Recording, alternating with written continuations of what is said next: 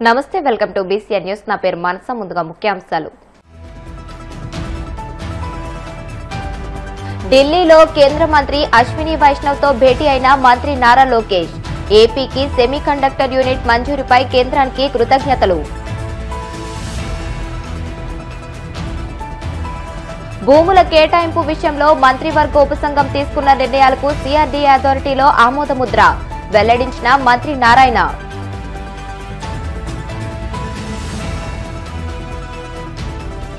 Lift fortune 500 euro పాలసీల వెనుక ఉన్న చీకటి కోణాలను ప్రజల ముందు పెట్టాలి కూటమి ప్రభుత్వాన్ని డిమాండ్ చేసిన మంత్రి మేరుగు నాగార్జున వాడపల్లి వెంకన్న ఆలయంలో ప్రత్యేక పూజలు మంగళ వాయిద్యాల నడుమ శ్రీ స్వామి అమ్మవార్లకు మేల్కొల్పు సేవ ఐశ్వర్యలక్ష్మి హోమం ఆంధ్రప్రదేశ్ను అడ్వాన్స్డ్ టెక్నాలజీ ఆవిష్కరణల రంగంలో దేశంలోనే అగ్రగామిగా నిలబెట్టే లక్ష్యంతో రాష్ట్ర ప్రభుత్వం అడుగులు వేస్తుంది. ఈ ప్రణాళికలో భాగంగా మంత్రి నారా లోకేష్ న్యూఢిల్లీలో కేంద్ర రైల్వే, ఐటీ, ఎలక్ట్రానిక్స్ శాఖల మంత్రి అశ్విని వైష్ణవ్తో సమావేశమయ్యారు. రాష్ట్రానికి ఇటీవల సెమీకండక్టర్ తయారీ యూనిట్ను మంజూరు చేసేందుకు కేంద్రానికి కృతజ్ఞతలు తెలిపిన లోకేష్ భవిష్యత్తు ప్రణాళికలకు సంపూర్ణ సహకారం అందించాలని కోరారు. ఏపీ టెక్నాలజీ ప్రగతికి సంబంధించిన భారీ ప్రతిపాదనలను కేంద్ర మంత్రి ముందు ఉంచారు.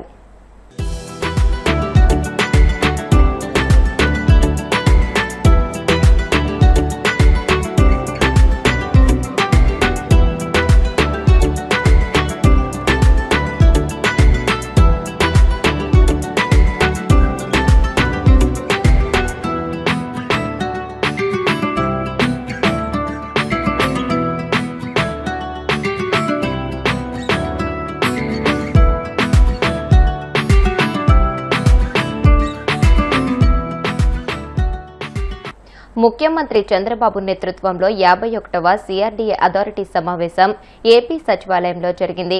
ఈ సమావేశంలో పలు కీలక అంశాలపై సీఎం చంద్రబాబు అధికారులతో చర్చించారు. ఈ భేటీకి సంబంధించిన విషయాలను మీడియాకు మంత్రి నారాయణ వెల్లడించారు. భూముల కేటాయింపు విషయంలో మంత్రివర్గ ఉపసంఘం తీసుకున్న నిర్ణయాలకు సిఆర్డీఏ అథారిటీలో ఆమోదముద్ర వేశామని తెలియజేశారు. ఈ నెల 21వ తేదీన జరిగే కేబినెట్ భేటీలో వీటికి ప్రభుత్వం ఆమోదం తెలపనుందని ఆయన చెప్పుకొచ్చారు. 51వ అథారిటీ మీటింగు ముఖ్యమంత్రి గారి ఆధ్వర్యంలో జరగడం జరిగింది. ఇందులో అనేక విషయాలను యాక్చువల్గా డెసిషన్స్ తీసుకోవడం జరిగింది. వాటిలో అన్నిటికంటే ముఖ్యంగా ఏదైతే అమరావతి క్యాపిటల్ సిటీలో 217 చదరపు కిలోమీటర్ ఏరియాలో ఏదైతే గ్రామ కంటాలు ఉన్నాయో ఆ గ్రామ కంటాల లోపల ఇన్ఫ్రాస్ట్రక్చర్ అంటే గ్రామ కంటాల లోపల ఉన్న రోడ్లు కానీ, డ్రైన్స్ కానీ, డ్రింకింగ్ వాటరు, సివరేజ్ వాటరు వీటిలన్నిటినీ రెక్టిఫై చేయడం కోసంగా 904 కోట్లతో ఈరోజు అథారిటీ అప్రూవ్ ఇచ్చింది. ఏదైతే 29 గ్రామాలు అంటే యాక్చువల్గా అవి రెవెన్యూ విలేజ్ కింద తీసుకుంటే 25 వస్తాయి. వాటన్నిటిలో కూడా కంప్లీట్గా చేయటానికి ఎందుకంటే ఇప్పుడు యాక్చువల్గా స్టడీ చేస్తే వాటర్ సప్లైలో 30% గ్యాప్ ఉంది ప్రజెంట్. ఆ 29 గ్రామాల్లో వాటర్ సప్లైలో ప్రజెంట్ 30% షార్టేజ్ ఉంది. అదేవిధంగా సివరేజ్ ఏదైతే యూజ్డ్ వాటర్ ఉందో దాన్ని ప్రాపర్గా ట్రీట్ చేసి బయటికి పంపించడంలో 100% గ్యాప్ ఉంది. అదేవిధంగా రోడ్స్లో 40% రోడ్స్ గ్యాప్ ఉంది. అదేవిధంగా స్ట్రీట్ లైట్లో ఒక 10% గ్యాప్ ఉంది. వీటినన్నిటిని కూడా యాక్చువల్గా సిఆర్డీ యాక్చువల్గా స్టడీ చేయించింది. స్టడీ చేసి ఎస్టిమేషన్స్ కూడా చేసింది. ఇవన్నీ చేసిన తర్వాత ఈరోజు దాని మీద యాక్చువల్గా టెండర్లు పిలిచే స్టేజ్కి వచ్చి వాళ్ళ అథారిటీ ముందు పెట్టడం. అథారిటీ దీని మీద వాటర్ సప్లైకి ఈ యొక్క క్యాపిటల్ సిటీలో ఉండే గ్రామ కంటాలు ఏదైతే విలేజెస్ ఉన్నాయో విలేజెస్లో వాటర్ సప్లైకి 64.35 కోట్లు, సివరేజ్ అంటే యూజ్డ్ వాటర్ని ట్రీట్ చేసి బయటికి పంపించడానికి 110.72 కోట్లు, అదేవిధంగా రోడ్స్కి 339.04 క్రోర్స్, స్ట్రీట్ లైట్స్కి 12.25 కోట్లు, తర్వాత మిగిలింది మెయింటెనెన్స్ ఆపరేషన్ మెయింటెనెన్స్ 7 years అంటే వాటన్నిటిని ఎవరైతే కాంట్రాక్ట్లు చేస్తారో 7 సంవత్సరాలు వాళ్ళు మెయింటైన్ చేసేదానికి ట్యాక్సెస్కి మొత్తం కలిసి 904 కోట్ల రూపాయలతో ఈరోజు అథారిటీ శాంక్షన్ చేసింది. బహుశా రాబోయే ఒక 10 డేస్లో ఇది మళ్ళీ దీన్ని క్యాబినెట్లో పెట్టి అప్రూవ్ తీసుకుని 21వ తేదీ వెంటనే టెండర్లు పిలిచి వర్క్ టేకప్ చేయడం జరుగుతుంది. ఎందుకంటే ఎలక్షన్ ఈ యొక్క ల్యాండ్ పుల్లింగ్ చేసేటప్పుడే ముఖ్యమంత్రి గారిని వాళ్ళందరూ అడగటం జరిగింది. వాటిని డెవలప్ చేస్తామని చెప్పాం. ఆ మాట ప్రకారం ఈ యొక్క 29 గ్రామాల్లో ఇవన్నీ చేయటమే కాదు, వీటిల్ని క్యాపిటల్ సిటీలు ఏదైతే ఈరోజు 360 కిలోమీటర్ ట్రంక్ రోడ్స్, దాని పక్కనే drains, water lines, sewerage lines చేస్తున్నాం. అదేవిధంగా 1500 కిలోమీటర్స్ డిస్టెన్స్లో లేఅవుట్ రోడ్స్ వేసి అక్కడ drains, power lines, water lines చేస్తున్నాం. దాన్ని కలుపుతారు. అంటే మళ్ళీ ఇది సపరేట్ కాకుండా 29 గ్రామాల యొక్క వాటిని కూడా ఈ సిటీలో పార్ట్ చేయాలనే ఉద్దేశంతో వాటి కలిపేదానికి యాక్చువల్గా ఈ 904 కోట్లు శాంక్షన్ చేయడం జరిగింది. అదేవిధంగా మంగళగిరిలో గోల్డ్ క్లస్టర్ ఒకదాన్ని ఏర్పాటు చేయాలని ప్రపోజ్ చేయటం, దాని మీద సిఆర్డీకి యాక్చువల్గా ల్యాండ్ పుల్లింగ్ దాని మీద యాక్చువల్గా చేయమన్నారు. అక్కడ జెమ్స్ అండ్ జ్యువెలరీస్ పార్క్ పెట్టేటట్టుగా 78.01 ఏకర్స్ లో 78.01 ఏకర్స్ లో ఇది కంప్లీట్ అయిపోతే దాదాపు 20,000 మందికి జాబ్స్ వస్తాయి. డైరెక్ట్ గా, ఇండైరెక్ట్ గా ఎంతో మందికి జాబ్స్ వస్తాయి. దాదాపు 5,000 కోట్ల రూపాయలు ఇన్వెస్ట్మెంట్ ఆ విధంగా ఉండేటట్టుగా యాక్చువల్గా దాన్ని డిజైన్ చేశారు. అయితే దానికి ల్యాండ్ కావాలి. ల్యాండ్ అక్కడ ఎవరైతే అసైనిస్ ల్యాండ్స్ అవి ఉండే వాళ్ళందరితో మాట్లాడారు సిఆర్డీ వాళ్ళు. అదే ల్యాండ్ పుల్ ఏమి తీసుకునేటట్టుగా ప్రొసీడ్ అయ్యేదానికి ఈరోజు సిఆర్డీ యాక్చువల్గా అథారిటీ వాళ్ళకి యాక్చువల్గా సిఆర్డీ కమిషన్కి యాక్చువల్గా ఆ యొక్క యాక్సెప్టెన్స్ ఇవ్వడం జరిగింది. ప్రభుత్వ పాలసీల ముసుగులో రాష్ట్రంలో అత్యంత విలువైన ప్రభుత్వ భూములను కారుచౌకగా కాజేసేందుకు సీఎం చంద్రబాబు అండ్ కో తెగబడ్డారని మాజీ మంత్రి మేరుగు నాగార్జున మండిపడ్డారు. తాడేపల్లి వైసీపీ కేంద్ర కార్యాలయంలో ఆయన మీడియాతో మాట్లాడుతూ లిఫ్ట్, ఫార్చ్యూన్ 500 యూరో పాలసీల పేరుతో తన బినామీలకు చట్టబద్దంగానే భూపందేరం చేసేందుకు చంద్రబాబు కుట్రలు చేస్తున్నారని ఆగ్రహం వ్యక్తం చేశారు.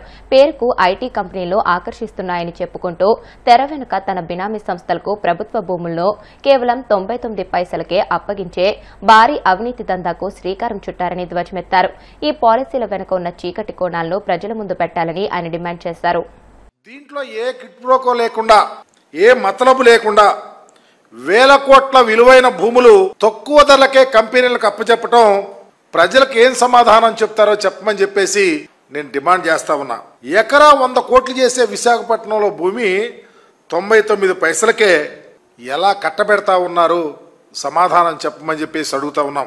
1 కాదు 2 కాదు, 100 ఎకరాలు ఈరోజు ఈ రాష్ట్రంలో భూ పందేరం చేస్తామంటే విశాఖ నడిబొడ్డును కానీ లేకపోతే ప్రెడామినెంట్ ప్లేసెస్లో భూమిని పందేరం చేస్తా ఉన్నారంటే ఏ ఉద్దేశంతో చంద్రబాబు నాయుడు గారి ప్రభుత్వం మరి కంపెనీలకు అప్పచెప్తా ఉందో సమాధానం చెప్పమని అడుగుతా ఉన్నాం. ఈరోజు ఈ భూములు ఎవరికి ఇస్తున్నారు? ఇచ్చే కంపెనీలు ఏమన్నా ఒక ప్రెస్టీజియస్ కంపెనీ కానీ, కొన్ని ఉద్యోగావకాశాలు కల్పిస్తారనే ఒక నమ్మకంలో ఉన్న కంపెనీ కానీ, లేకపోతే బడా రియల్ ఎస్టేట్ కంపెనీలకి మీరేమైనా దారాదత్తం చేస్తూ ఉన్నారా? ఆలోచించమని అడుగుతా ఉన్నా. ఏ కంపెనీలకు మీరు భూములు ఇస్తూ ఉన్నారో. ఈరోజు ఐటీ కంపెనీలు పేరు మీద ఊరు పేరు లేనటువంటి, అక్కడ వర్క్ కూడా జరగనటువంటి కంపెనీలకు మీరు భూములు అప్పలంగా కట్టబెడతా ఉన్నారంటే దానిలో మతలబు చెప్పాల్సిన బాధ్యత ప్రభుత్వం మీద ఉంది. ఏ ప్రభుత్వమైనా నిజంగా ఒక కంపెనీ ఏర్పాటు చేసి ఆ కంపెనీకి భూములు ఇవ్వాలంటే దాని ట్రాక్ రికార్డ్ చూడాలా, ఎంత ఉద్యోగాలు కల్పన ఇస్తుంది, ఎంత ఉపయోగపడుతుంది, తద్వారా పారదర్శకంగా ప్రభుత్వానికి ఎంత ఉపయోగం జరుగుతుంది, పెట్టుబడులు వస్తాయి అనేది ఆలోచించకుండా ఈరోజు బాధ్యత లేమితో, బాధ్యత రాహిత్యంతో ఈరోజు భూములు అప్పలంగా దోచిపెడతా ఉన్నారంటే దీనికి సమాధానం చెప్పాల్సినటువంటిది రాష్ట్ర ప్రభుత్వం కాదని అడుగుతా ఉన్నాం. ఈరోజు పర్టికులర్గా ఐటీ కంపెనీల ముసుగులో రియల్ ఎస్టేట్ వ్యాపారానికి తెరదీసి ఎకరా 99 పైసలకి ఇస్తా ఉన్నారంటే ఆ ఐటీ కంపెనీల్లో పర్టికులర్గా ఆ ఐటీ కంపెనీ పేరుతో వాణిజ్య సముదాయం కానీ ఏర్పాటు చేసుకోవటం కానీ, తర్వాత దాన్ని ప్రత్యేకంగా మార్కెట్ ధరకు డిస్పోజ్ చేసుకోవటానికే ఐటీ కంపెనీలకు అవకాశం కల్పిస్తున్నారే తప్ప వేరే ఆలోచన మాత్రం లేదని ప్రస్ఫుటంగా అర్థమవుతా ఉంది. దీనికి తెలివిగా ఒకటేం చేశారు, లిఫ్ట్ అనే పేరుతో ఈ విలువైన భూములన్నిటినీ పందేరం చేయటానికి ఆస్కారం కల్పించారు. ఆ లిఫ్ట్ అంటే land incentive for tech hubs అని, దీని పేరు మీద అప్లై చేసుకోవటానికి అవకాశం ఐటీ కంపెనీలకు ఇవ్వటం. ఇది చరిత్రలో ఎప్పుడన్నా ఏ రాష్ట్రంలో కానీ జరగల. పర్టికులర్గా ఆంధ్రప్రదేశ్లో విలువైనటువంటి భూములు, ఉదాహరణకి ఈ రాష్ట్రంలో ప్రిడామినెంట్గా ఉన్నటువంటి భూముల్ని అవజేసే కార్యక్రమం రాష్ట్ర ప్రభుత్వం తీసుకుంది. ఆ కార్యక్రమంలో భాగంగానే 2 కొంచెం పేరున్నటువంటి కంపెనీలు తీసుకోవటం, ఆ ముసుగులో అసలు కంపెనీలు ఉన్నాయో లేవో తెలియనటువంటి వారికి అలాట్ చేయడానికి కూడా ముందుకు వచ్చినటువంటి పరిస్థితిలో భాగమే విశాఖపట్నంలో వర్షా కంపెనీకి భూములు అలాట్ చేయాలనుకోవటం. ఎప్పుడు వర్షా కంపెనీకి స్టాండర్డ్స్ లేవని తెలిసి ప్రజలంతా గగ్గోలు పెడతా ఉన్నారో అప్పుడు వెంటనే లిఫ్ట్ని ఇన్వాల్వ్ చేసి తద్వారా దీని ద్వారా భూముల్ని కేటాయించే కార్యక్రమాన్ని ఏర్పాటు చేశారు. అసలు వర్షా కంపెనీ లాంటి సత్తా లేనటువంటి కంపెనీలకు మీరు భూములు పందేరం చేస్తూ ఉంటే రాష్ట్ర వ్యాప్తంగా ఉన్నటువంటి ఖరీదైనటువంటి భూములను కొల్లగొట్టాలని ఒక ఆలోచన తప్ప వేరొకటి లేదు. ఈరోజు పత్రికా విలేకరులుగా ఎందుకు వస్తూ ఉన్నాం, ఖచ్చితంగా మీరు గ్లోబల్ సిస్టమ్ని ఇన్వాల్వ్ చేయకుండా గ్లోబల్ విధంగా ప్రపంచంలో అనేకమైన కంట్రీస్లో మంచి మంచి కంపెనీస్ ఉన్నాయి, అన్నీ వస్తాయి. స్పెసిఫిక్గా మీరు యూరోప్నే ఎందుకు ప్రయారిటీలో తీసుకున్నారో చెప్పమని చెప్పి కూడా నేను అడుగుతాను. కోనసీమ తిరుమలగా వర్ధిల్లుతున్న వాడపల్లి శ్రీ వెంకటేశ్వర స్వామి ఆలయంలో మంగళవారం ప్రత్యేక పూజలు వైభవంగా నిర్వహించారు. మంగళ వాయిద్యాల నడుమ శ్రీ స్వామి అమ్మవార్లకు మేల్కొల్పు సేవను నిర్వహించిన అనంతరం ఐశ్వర్యలక్ష్మి హోమాన్ని జరిపించారు. అర్చకులు శ్రీ స్వామి అమ్మవార్ల వసంత మండపంలో అష్టోత్తర పూజను నిర్వహించగా ప్రత్యేక అలంకరణలో ఉన్న స్వామిని దర్శించుకుని భక్తులు తరించిపోయారు.